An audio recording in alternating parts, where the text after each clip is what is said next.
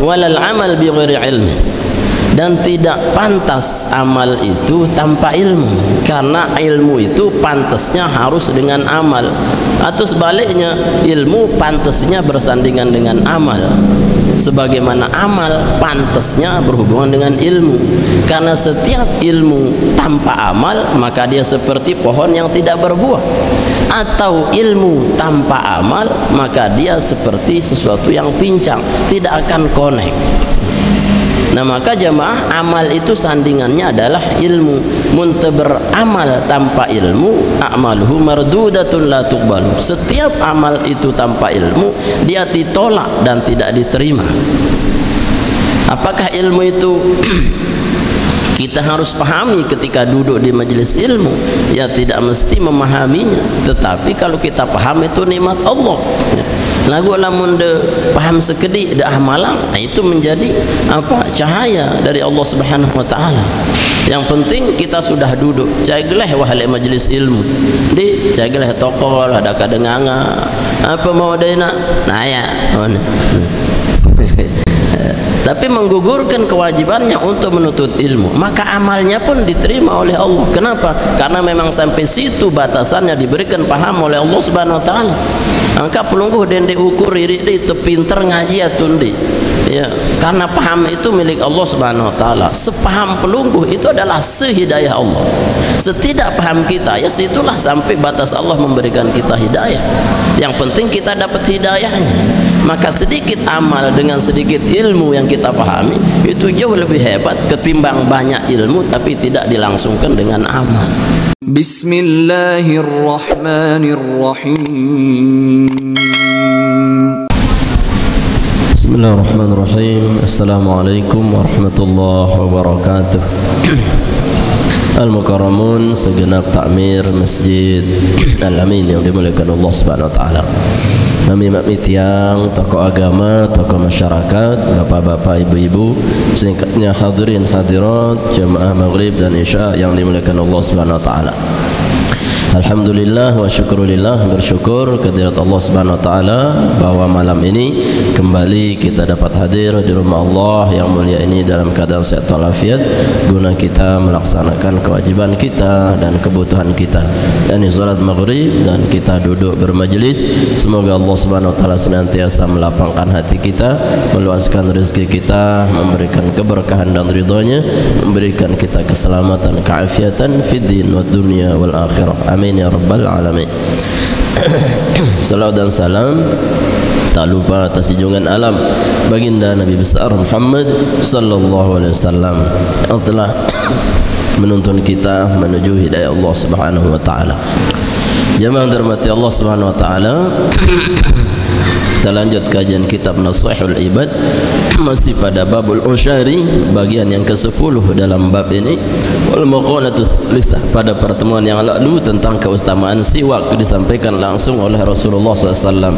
Pada makalah yang kedua kemarin itu tentang rizki-rizki yang Allah berikan yang lebih baik dari yang sekedar kita terima, ada 10. Kemudian bab yang ketiga ini wal maqalatus salisatu an Umar radhiyallahu anhu.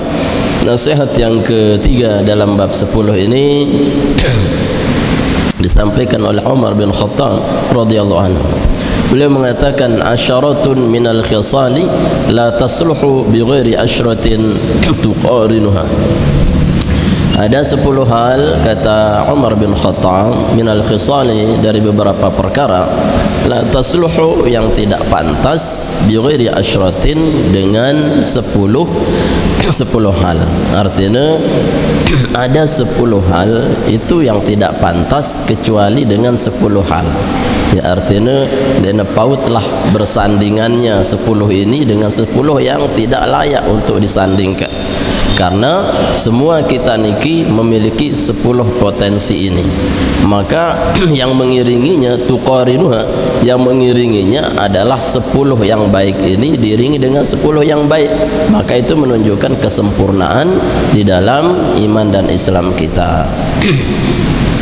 Yang pertama, la yasluhul aqlu bi ghairi wara'in.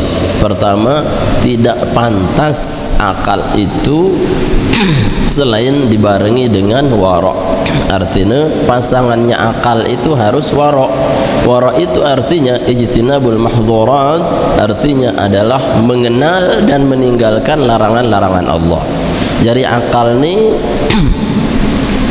ya, yang paling tepat, paling pantas ya, mengiringinya itu akal disertai dengan wara'. Wara' niki bagaimana kita menghindar dari hal-hal yang diharamkan atau yang dilarang oleh Allah Subhanahu wa taala.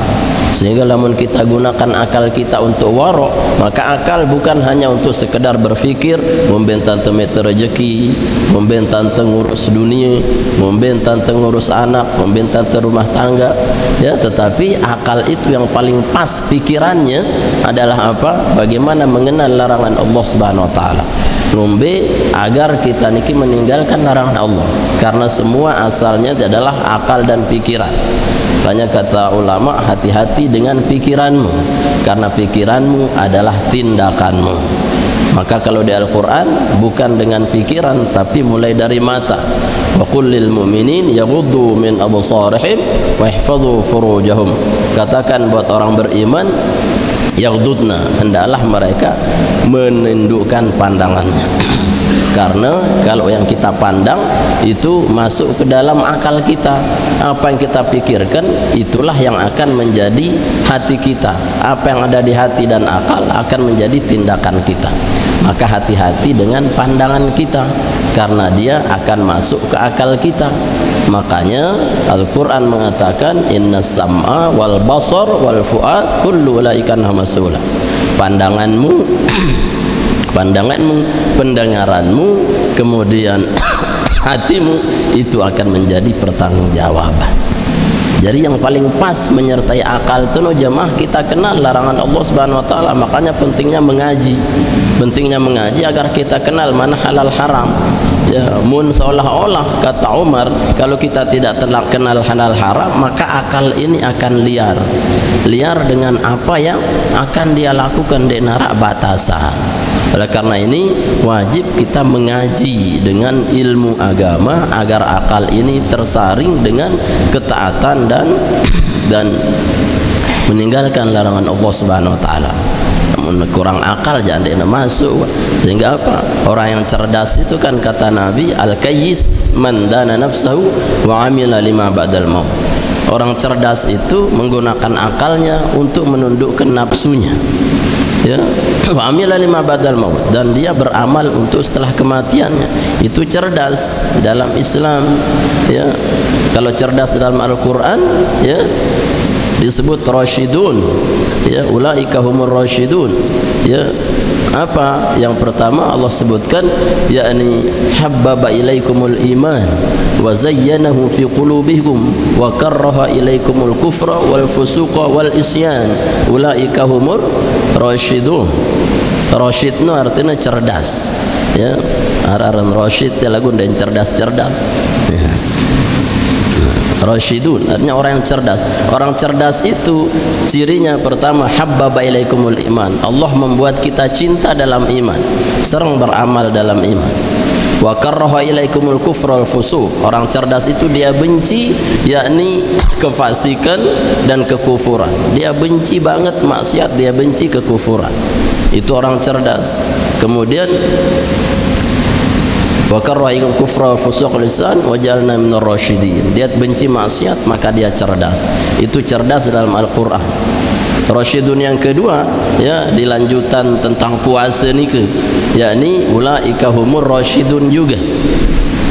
Ketika Allah menyampaikan fa idza sa'alaka 'anni ibadi fa inni qarib ujibu da'watad da' idza da'an falyastajibu li wal yu'minu bi la'allahum yarshudun. Tetap ujungnya yarshudun, cerdas. Cerdas yang pertama adalah akalnya digunakan untuk mencintai iman dalam amal soleh. Cerdas yang kedua, dia membenci maksiat, benci fasik, benci kekufuran. Itu cerdas. Cerdas berikutnya kata Allah ketika dia merasa Allah itu dekat. Inni qarib. ketika merasa Allah itu dekat tu cerdas. Mendeparan Allah nu jauh hidup bodoh ya, ambil tu Allah Ta'ala ni berarti hidup bodoh ya. Tapi kalau kita merasakan Allah itu dekat, sehingga dengan dekatnya Allah kita merasa takut untuk bermaksiat, nah itu cerdas ya. Kemudian dia selalu berdoa, ud'uni astajib lakum. Doanya yakin bahwa dikabulkan, itu orang cerdas. Dengan bodoh ragunya yang banyak, berdoa kabulang tunde dewa ya. Maka orang cerdas tu yakinnya dikabulkan oleh Allah. Kemudian apa? Yakni falyastajibu li wal yu'minu bi. Dia ikuti, datangi panggilan Allah dan dia beriman terhadap Allah, itulah orang cerdas. Hanya imannya mendatangkan amal solehnya. Niki cerdas. Lamun hadis beruno, orang cerdas akalnya adalah dia yang menundukkan nafsunya, kemudian beramal untuk matinya, karena dia berpikir mati itu bukan selesai kehidupan, justru mati nu awal kehidupan kan ya. Luwe dengan demen mati, hari anu aku mati ini daripada tersusah-susah diri parande mati engkah ada susah daripada aku ni hari anu aku mati parande mai agak mati mele de mati harakan hari anu mati mun meneh hari anu ni dia tahu padahal mati itu bukan menyelesaikan masalah. Ada orang ya waktu prediksi si Rasulullah ya mutuna bi ghairi iman.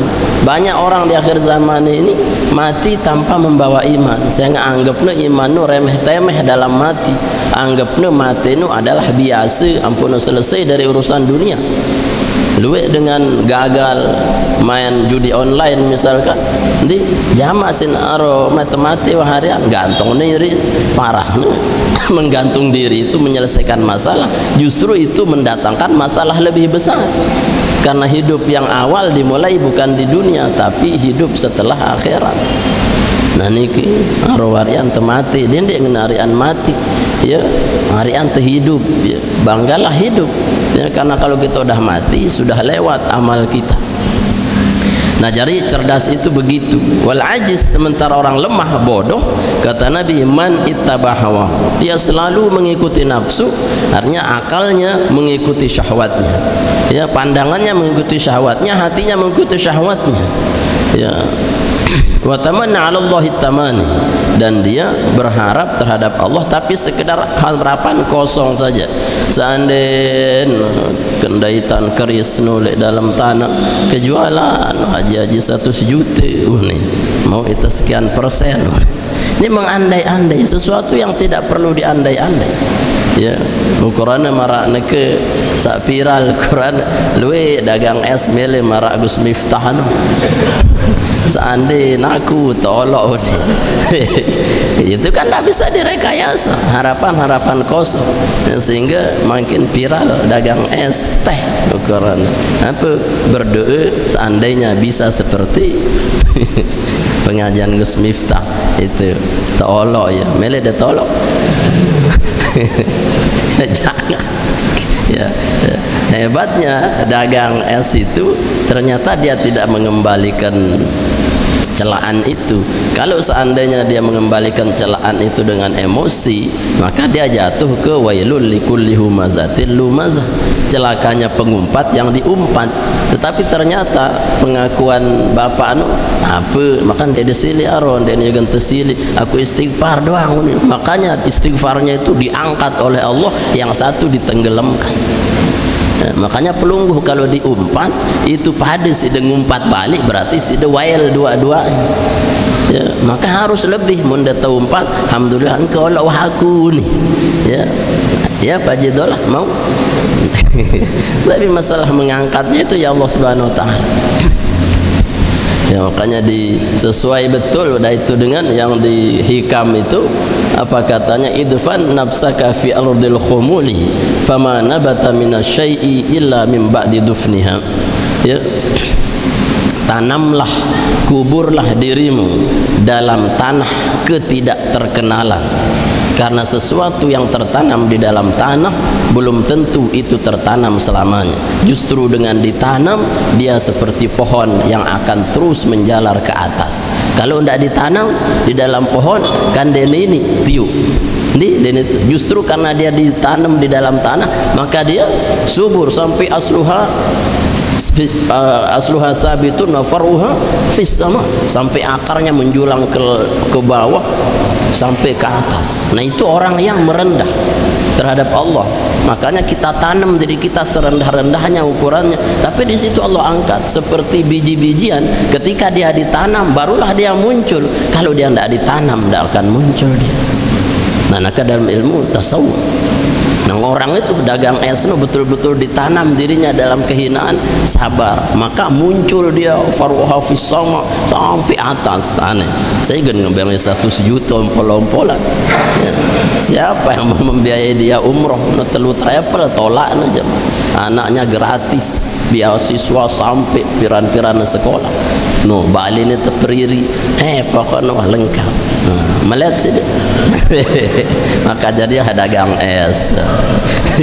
Artinya jadilah orang yang selalu menanam dirinya dalam apa? Dalam khumul, dalam tanah ketidakterlihatan. Karena tidak selamanya orang merendah itu akan rendah, tapi justru dengan ditanam dia akan muncul sampai melampaui batas orang yang menanam. Belian sih dekan cetaletan kan sebiji saja saya ditanam itu tumbuh-tumbuh lah menuntan tendonga isi itu luar biasa. Nah, maka jangan sombong.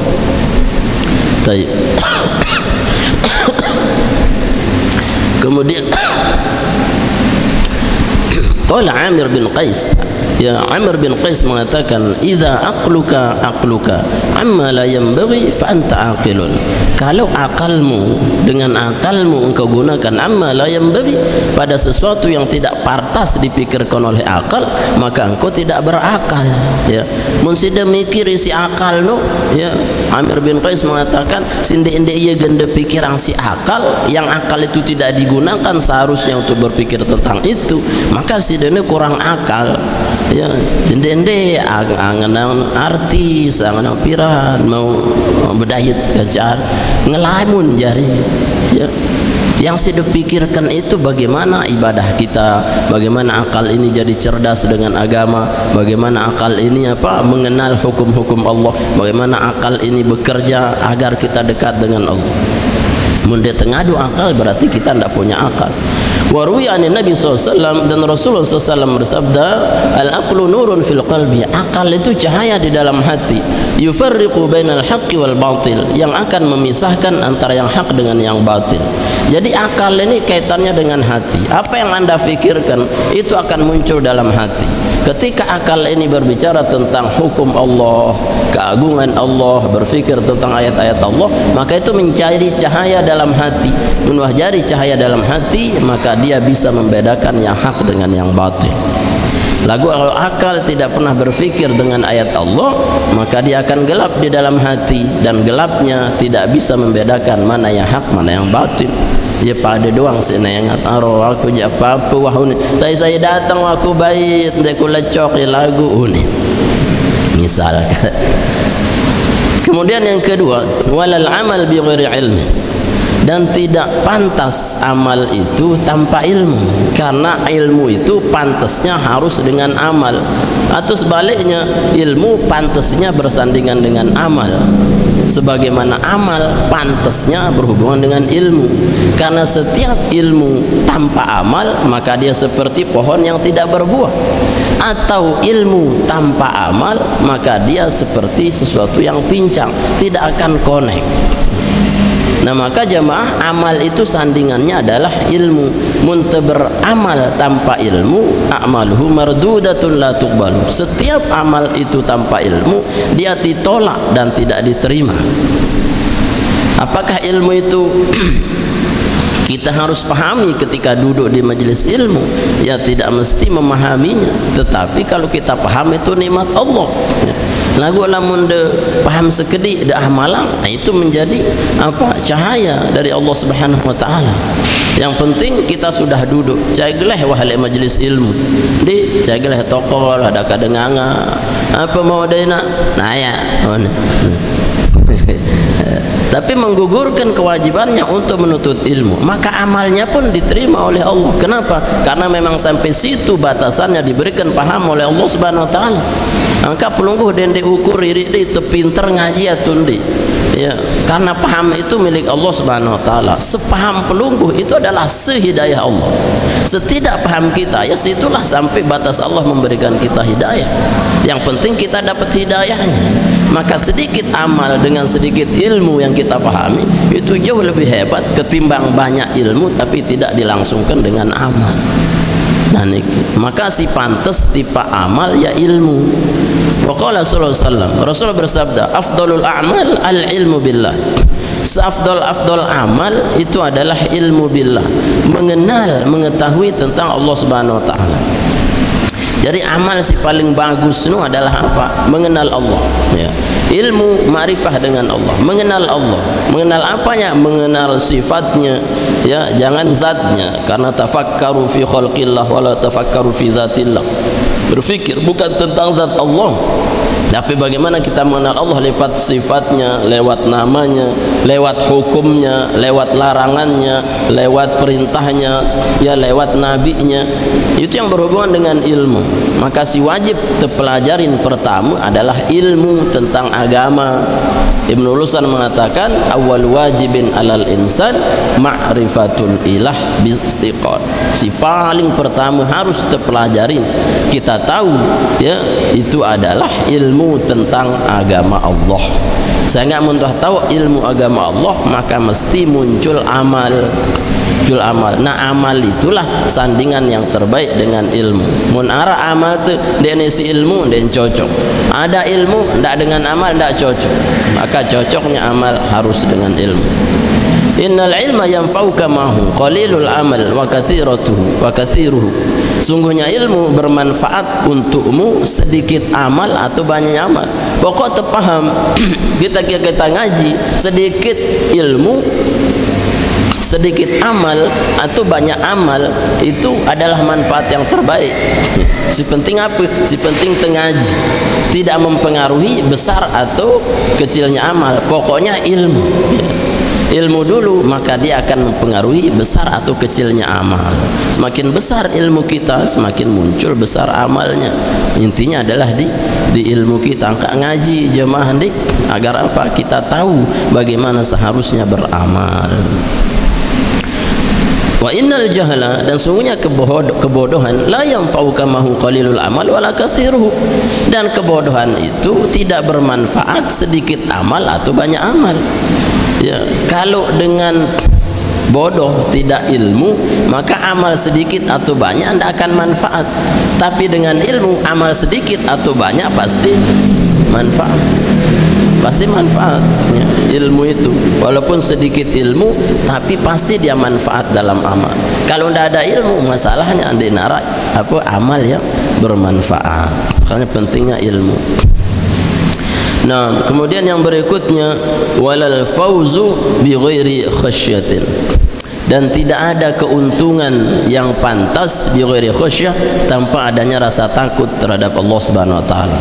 Jadi untung kita dunia, untung kita punya bati, untung kita berdagang, untung kita bekerja, itu tidak cocok kalau tidak didasarkan dengan takut terhadap Allah.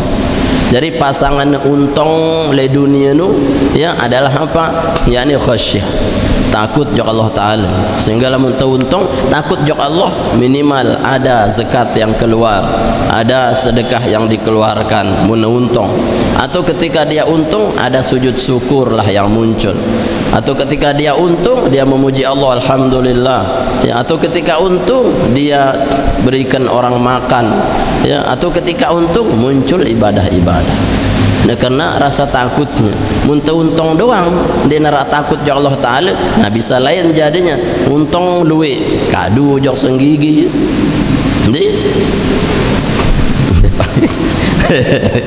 no payung ya, untungnya banyak ya, tapi tidak dengan ilmu ya, maka dia bisa jadi ke lain-lain untungnya rekeng, tetapi dia hanya menjadi bagian keuntungan-keuntungan yang merugikan karena datangnya maksiat.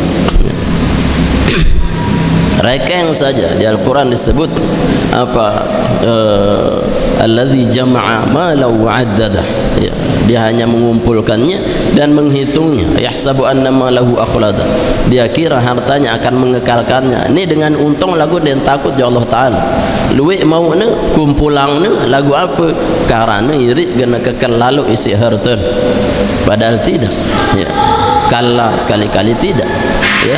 Nah maka jemaah bahwa apapun teuntung pasti teuntung wandi, mun teuntung itu takut terhadap Allah.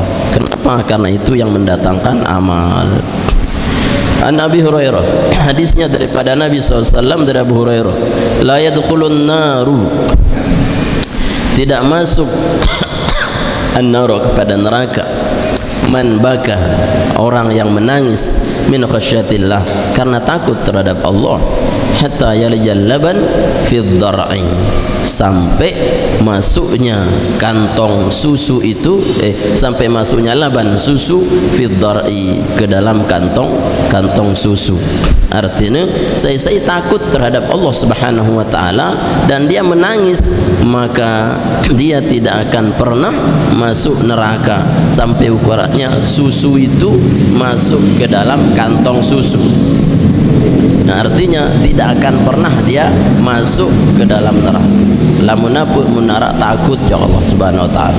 Makanya pentingnya kita khasyah, takut pada Allah Subhanahu wa taala.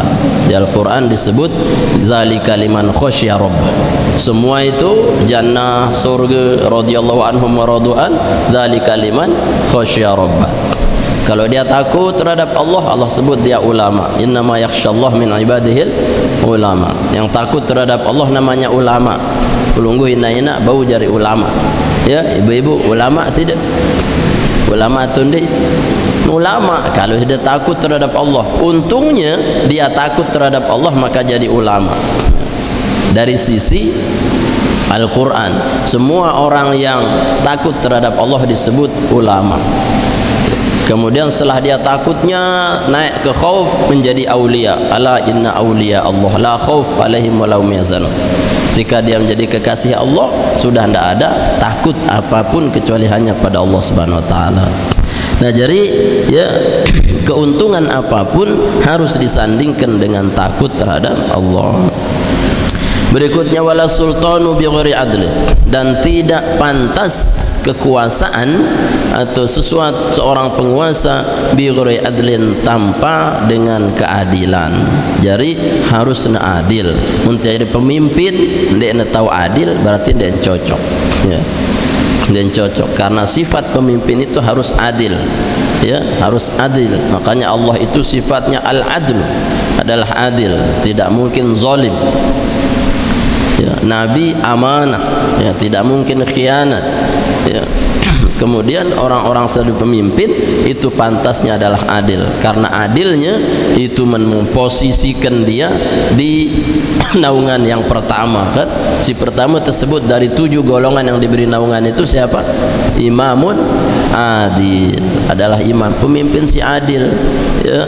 Pemimpin apa ya? Pemimpin apa jadi RT adil, jadi kadis, kadus, kades, selampuna jadi pemimpin harus adil. Qala Rasulullah, Rasul bersabda, habbun nas ila Allah yaumal qiyamah wa adnahum minhu majlisan imamun adil. Secinta-cinta Allah terhadap manusia di hari kiamat dan paling dekatnya dengan Allah majlisan tempatnya imamun adil, adalah imam yang adil. Dan sebaliknya wa abghadun nas, sebenci-benci Allah terhadap seseorang yaumul qiyamah, dari kiamat, wa abaduhum, dan paling jauhnya minhu dari Allah majlisan tempatnya imamun jairun, imam yang zalim. Imam itu makanya sandingan pasnya adalah adil. Walal hasbu bi ghairi adam, dan tidak layak suatu kemuliaan al-manaqib kal ilmu syaja'ah, tidak cocok ya khosbu kemuliaan berupa ilmu, berupa syaja'ah, keberanian dan seterusnya, bi ghairi adabin, tanpa adab. Jarine dia cocok ya ilmu tanpa adab, dan cocok kita dimuliakan kemudian kita tidak menggunakan adab. Jadi kemuliaan itu cocoknya dengan adab ya. Marakno wah ukuran kan ilmunya ada tapi adab yang tidak ada, maka ditenggelamkan oleh Allah Subhanahu wa taala ya. Maka orang yang berilmu, orang yang punya keistimewaan harus cocoknya itu jaga adab, karena adab itu yang menambah haibah, menambah kemuliaan auranya di hadapan Allah Subhanahu wa taala. Namun darah adabnya ya percuma. Rasulullah diutus untuk adab, bukan semata untuk ilmu. Wa ma bu'istu liutammima makarimal akhlaq. Aku tidak diutus kecuali untuk akhlak. Maka jamaah, semakin kita beradab semakin mulia, semakin kita mulia semakin beradab. Nah itulah pantasnya. Mun dengan mulia sugih ukuran lagu ndar adabna sumpah senang wah dengar ya ukuran Pak Abu datang tiba Pak Bas Pak Bas misalkan yo pelit yo gemas misalkan apa boleh itu rumbi serubah bis pasin ladder dengan ukuran itu. Kenapa? Karena dia merasa mulia, tidak disandingkan dengan apa? Tidak disandingkan dengan adab, adabnya.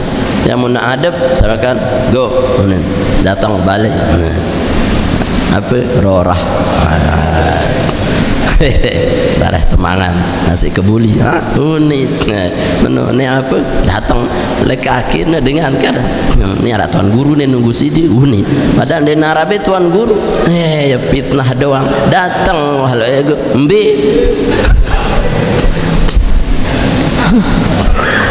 Ya.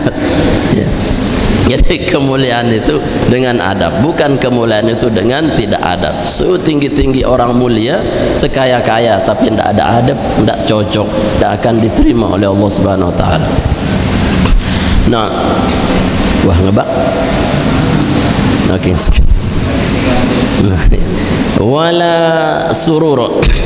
Wala surura bi ghairi amnin. Kemudian ya, tidak pantas surur, kebahagiaan, kesenangan, bi ghairi amnin, tanpa membuat orang aman. Aila tasluhul masirratu, tidak cocok kesenangan itu bi ghairi sukunil qalbi, dengan ketenangan hati. Artinya pantasnya ya, untuk bahagia itu sandingannya dengan tenangnya hati ya. Lamun terbahagia lagu dan tenang hati kan percuma ya. Ada dengan bahagia luwe hartane, luwe apa-apa ukuran lagu dan tenang kan percuma ya. Maka sandingan kebahagiaan itu tenang. Makanya bahagia itu bukan di harta tapi di tenang. Makanya Allah sebutkan allazi anzala sakinah fi qulubil mu'minin. Dialah Allah yang menurunkan ketenangan fi qulubil mu'minin, di hati orang beriman. Allah mia itu tenang, mun wah tenang di narak ada susah wah ya ukuran ya payung ngupi ya di nasa papu terus ya tenang hidup, padahal utangnya numplok ukuran ya kan. Tak penting penting tenang wah Pak Basuni ya suruh tenang ya. Tenang itu sandingannya apa? Bahagia. Maka orang paling bahagia adalah tenang. Makanya Rasulullah adalah manusia paling tenang termasuk paling bahagia. Itu nih dia tenang. Makanya kita sekaya-kayanya ndak bahagia, sendak punyanya juga ndak tenang, ndak bahagia.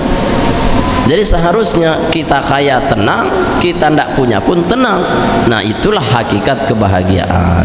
Tidak pantas kebahagiaan tanpa ketenangan.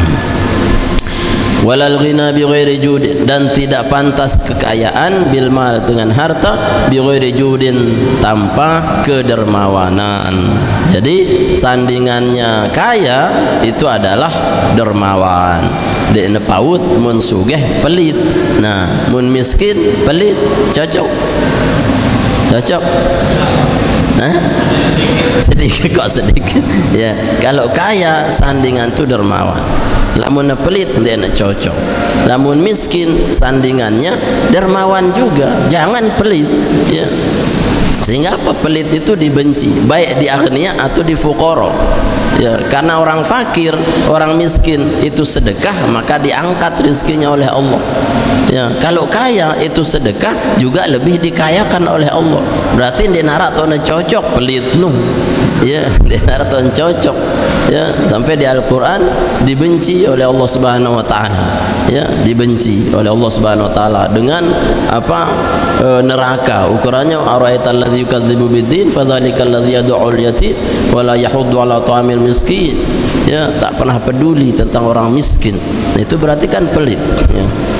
Maka kaya itu harusnya lume, tapi lumenya tidak menghabiskan, tapi lumenya adalah sesuai kebutuhan, dia bis-bisan ya. Pokoknya kemudian yang berikutnya walal faqru bi ghairi qanaah, dan tidak pantas kefakiran, kemiskinan tanpa rasa cukup ya. Dia cocok mun dia cukup, angka dengan sugih dia cocok pelit, dengan miskin dia cocok merasa tidak cukup, harus qanaah ya. Qanaah sangat napi, mun miskin dia qanaah berarti apa, genteng ngaluh-ngaluh diri, genteng ngadu-ngadu diri ya, nak akan pernah menerima kehidupan, padahal semuanya sudah dibagi oleh Allah. Inna sa'yakum lasyatta ya, semua usahamu sudah dibagi-bagi ya oleh Allah Subhanahu Wa Taala. Kullu ya'malu ala syakilati, semuanya sudah dibagi atas syakelnya oleh Allah Subhanahu Wa Taala. Maka tidak mungkin Allah tidak adil. Ya Allah, maka yang miskin lalu unin yau ya, maka yang melarat tunin, padahal kekuatan ibadah bukan pilihan, tetapi Allah Subhanahu Wa Taala sudah membaginya. Gimana agar dia membahagiakan? Maka qanaah, cukup ya. Karena Allah tidak mungkin tidak memberikan hambanya. Di antara ayat yang berhubungan dengan pasang-pasangannya adalah apa? Huwallazi adhaka wa abka, dia yang membuat engkau tertawa dan menangis.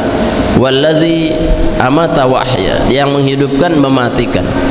Huwallazi aghna wa aqna, dia yang mengkayakan dan dia yang mencukupkan, bukan memiskinkan. Allah nu cukupang itu, lagu itulah merasa dia cukup, jangan dia itu qanaah. Wa qala, kemudian berikutnya walar rif'ah bi ghairi tawadhu, walar rif'ah, dan tidak ada keluhuran nasab, ay fin nasab wal hasab, dalam keturunan dan perhitungan, bi ghairi tawadhuin, tanpa tawadhu. Artinya ukuran itu ni lalu ke ya, baik ke, atau apa anaknya Raden ke, atau Gus misalkan anaknya Gus, Gus lagu ndara adab ni ya, apa jarinya ya, itu sudah berarti tidak ada kenanya ya. Apa gunanya sida misalkan Pak Abu, sida Pak Abu, Gus apa, Gus Abu misalkan, enggak ya. Artinya tidak ada nasab itu yang naik, yang mulia bi ghairi tawadhuin, tanpa tawadhu. Karena dia cocok mentebudoi nasab tinggi, paranlah itu ni keturunan raju, keturunan datu, keturunan anak wali, anak apa malik, anak Raden. Quran ya doang bangga-bangga aku ngene-ngene Raden dunia. Raden apa? Ya. Tapi kalau dia tidak tawadhu, tidak ada kenanya. Tawadhu itu merendah. Semakin dia merendah, semakin diangkat. Marak ngoneno kan ya, semakin kita merendah, bukan direndahkan, tapi akan diangkat. Maka di sebuah makalah tersebutang ya, kun padian wala takun pakesan, jarilah engkau padi dan dia jari buah paku ya. Kun padian wala takun pakuan, jadilah engkau seperti padi, karena padi semakin berisi semakin menunduk ya. Saya natas, lamun paku saya natas, saya dongak sendong, berarti tidak cocok. Ya, angkat pelungguh. Yang memuliakan kita itu takwanya. Keturunan apapun, dia ada lalu, dia ada baik, dia ada raden, dia sama saja. Yang membedakan adalah takwanya. Nah, kemudian yang terakhir, walal jihadu bi ghairi taufiq, dan tidak ada disebut jihad ya tanpa taufik dan hidayah dari Allah. Artinya namun dengan mengatasnamakan jihad nih, kemudian apa, tanpa didasari dengan taufik dan hidayah, maka nikin dia cocok. Bisa jadi apa, jihadnya adalah nafsu, sehingga ukurannya Sayyidina Ali ketika perang itu musuhnya sudah berada di depannya, sudah tumbang karena tebas doang, wah otak musuh niki lagu tetijoh lah mun tetusi Sayyidina Ali si musuhna puhune ampun bilin burung na mati teketuan, yuk bos uni ada burung mati itu unin, aku tidak membunuhmu kena engkau meludahiku. Kenapa? Karena bisa jadi aku membunuhmu bukan karena taufik Allah atas perang, tapi karena nafsuku meludahimu ke wajah. Burung ne mati sengan api mun ku mati side ndek negara-gara jihad langsung laun ya, gara-gara apa aku sakit tangan side tusi. Meneka kan kadang apa itu dong langsung tetebas tetusi padulah misal kamu nepakone. Nah, berarti membunuhnya karena apa? Karena nafsu. Nah, banyak orang jihad hari ini karena bom sono bom sini ya, parane menghalalkan hartanya orang non muslim yang sudah zimmi, yang dipelihara kehormatannya oleh Allah Subhanahu wa taala. Ya, tapi tidak ada taufik, tidak ada hidayah, sehingga ngebumnya itu dengan nafsu. Nafsu sudah itu, bukan taufik. Kalau dengan taufik tidak mungkin ada perang, karena Islam tidak pernah mengajarkan perang mendahului perang. Pelungguh baca sejarah perang Nabi, tidak ada Nabi mengawali perang. Kecuali ketika ada musuh pantang mundur, dan kecuali ada tantangan pantang tidak dilayani oleh Rasulullah, lamun memulai perang tidak pernah. Nah, kenapa? Karena memulai perang bisa jadi nafsu ya, tapi ketika kita bertahan itulah taufik ya. Kadang ya pada perang ya saling semeton jari nih, pada saling panah, Allahu Akbar, bunuh jihad, mati kesayid jari ndek sahid jari kesayid ya. Kenapa? Karena membunuhnya, melemparnya bukan karena taufik kebenaran hidayah, tapi justru karena apa? Nafsu ya, nafsu. Itu pun menu Quran ya Allahu Akbar jihad tu nih lagu apa ya, arah apa, arah nyonya samping nih, atau arah dengan ingas misalkan ayo semangat misalkan, itu jihadnya juga karena ibu-ibu, karena nafsu. Kalau dengan taufik maka dia selalu mengedepankan taufik dan hidayah. Itu bedanya. Makanya jihad kita bukan jihad perang, tapi jihad kita melawan nafsu sehingga datang taufik dan hidayah. Wallahu a'lam bissawab. Ilaihil marji'ul ma'ab. Dan dewa tanya jawab, jadi kita langsung. أعوذ بالله من الشيطان الرجيم بسم الله الرحمن الرحيم الحمد لله رب العالمين والصلاة والسلام على أشرف المرسلين سيدنا ونبينا مولانا محمد وعلى آله وصحبه وسلم أجمعين. اللهم بارك لنا في مجلسنا، بارك لنا في علومنا، وبارك لنا في تعليمنا، بارك لنا في أسماعنا وأبصارنا وقلوبنا وقوتنا وأزواجنا وذرياتنا، وتب علينا إنك أنت التواب الرحيم. اللهم انزل الرحمة والنعمة والصحة والسلامة والبركة والعافية والمغفرة والرضوان علينا في هذا المجلس برحمتك يا أرحم الراحمين. اللهم لا عيش إلا عيش الآخرة. اللهم إنا نعوذ بك من ضيق الدنيا وضيق يوم القيامة. اللهم إنا نسألك رضاك والجنة ونعوذ بك من سخطك والنار. ربنا آتنا في الدنيا حسنة وفي الآخرة حسنة وقنا عذاب النار. صلى الله على سيدنا محمد وعلى آله وصحبه وسلم والحمد لله رب العالمين. الفاتح. آمين. سبحانك اللهم وبحمدك أشهد أن لا إله إلا أنت أستغفرك وأتوب إليك. السلام عليكم ورحمة الله وبركاته.